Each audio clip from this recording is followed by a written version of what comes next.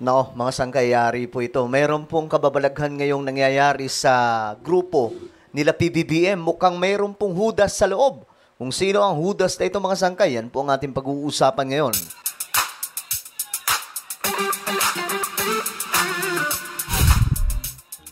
Yo, what's up mga sangkay? Magandang oras po sa inyong lahat. This is me, Sangkay Janjan, and we are back sa ating vlog ngayon. At ito pag-usapan po natin itong kalat na kalat ngayon, mga sangkay, no, sa panig po nila PBBM na mayroon nga raw pong hudas sa loob, mga sangkay.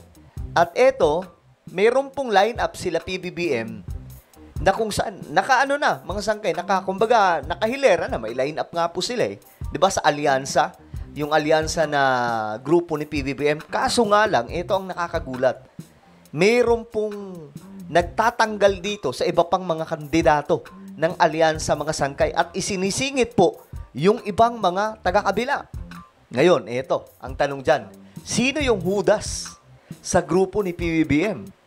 Well, anyway, before we start guys, paki-subscribe po muna yung ating YouTube channel. Tayo po ay 1.47 million subscribers na. Malapit na po tayo sa 1.5 million at road to 2 million subscribers. So kung gusto mong mapabilang sa dumaraming mga solid sangkay, makikita nyo po yung subscribe button sa baba ng video na to. I-click nyo lamang po yung subscribe, i-click nyo po yung bell, at i-click nyo po yung all. Sa mga nanonood po sa Facebook, i-follow nyo po yung ating Facebook page. So ngayon mga sangkay, eto. Tingnan po natin itong matinding balita ngayon. Nagiging usap-usapan kasi ito mga sangkayan po. Ano to, traiduran? Bakit namimigay ng ganitong sample ballot ang mga kasama ni Bong Revilla sa event ngayon dyan sa Cavite? Akala ko ba alyansa yan si Bong Revilla? Kaya ako talagang walang tiwala dyan eh. Pakikalat po itong post na ito para makarating sa mga kinauukulan. Ayan po mga sanggay, oh.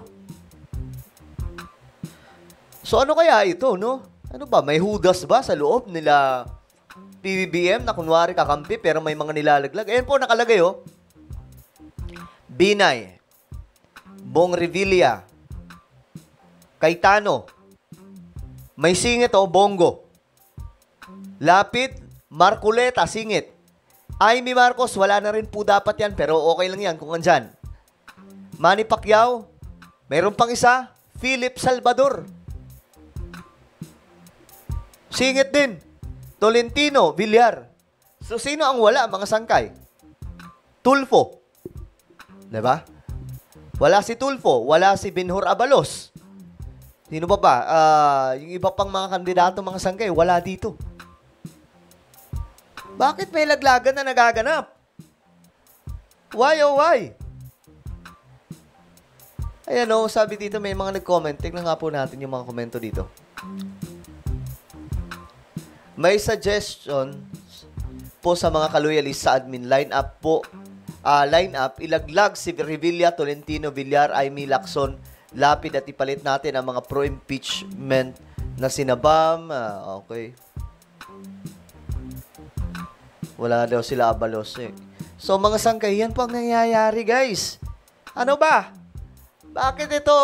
Bakit nila ba mayroong lagla? Ito daw po yung event na ito mga sangkay eh. Hindi ko alam kung gaano katotoo ito pero ayun na nga po. Tsaka bakit ang aga pa mayroon pong sample ballot? Diba? Pagkakalam ko bawal pa po yung ganyan, diba? Swi Marimareto, may mga nag-comment mga sangkay. Tag natin yan si Bong Revilla, baka akala niya tanga ang mga sumusunod sa alyansa. Sabi naman ng isa, no to Bong Revilla, no to Amy. Lahat tayong mga Marcos loyalists and supporters, huwag iboto si Bong Revilla. Duterte naman yan si Revilla. So ito yung nangyayari ngayon. Ito may post po si Madam Ellie, mga sangkay. Isa sa mga pro-government, kilalang pro-government vlogger. PBBM supporters at Marcos loyalists. Ayan. Ginagagi na naman ng iilang taong traidor. Ayan po.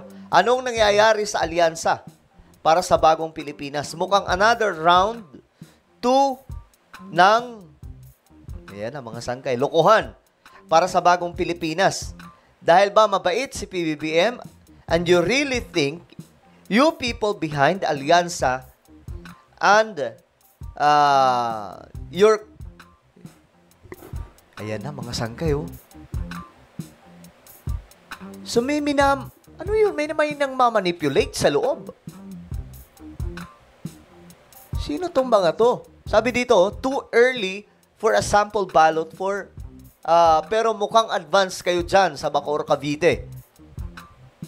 Yes po, we are not anymore part of the group behind Alyansa para sa Bagong Pilipinas because some people said they are better running the campaign. But after we left, this is what you're giving the solid and strong PBBM supporters? So, sinong pinaparinggan dito mga sangkay? Sabi niya, this is not surprising anymore. Proven traitor o traidor. Kasi talaga ang mga nagpapatakbo ng alyansa now. Remember, the PCO high-ranking executives na mga tinanggal because they were caught red-handed betraying the president. Diyan muna sila nilipat for a graceful exit sana. But it seems like a traitor will always be a traitor no matter where you put them or how graceful you plan their exist maybe. Kahit anong graceful pa daw ng exits nila mga sangkay na ginawa ng pamahalaan, tinatraidor pa rin po ang gobyerno natin. So sino-sino ang mga yan? Mga high rank, may mga dating opisyal daw po ito ng PCO na nagpapatakbo ngayon sa alyansa para sa Bagong Pilipinas. So, bakit naman ganun, pare koy? Ano, nakakatraidoran na. Ayan po. Larong-klaro po yan, mga sangkay. Ito, may nag-comment. Uso talaga ang traidoran dito sa probinsya ng Cavite. Di na bago yan. May namimigay ng ganitong sample ballot ang mga kasama ni Bong Revilla sa event ngayon sa Cavite. Akala ko ba alyansa yan si Bong Revilla? Kaya ako talagang walang tiwala dyan eh. Ang totoo, yung kaibigan kong supporter ng Agimat Party List, merong ganitong binigay sa akin dahil vote-rich province ang Cavite. Gagalawin talaga ng mga Revilla ang baso para sa pansarili nilang interes.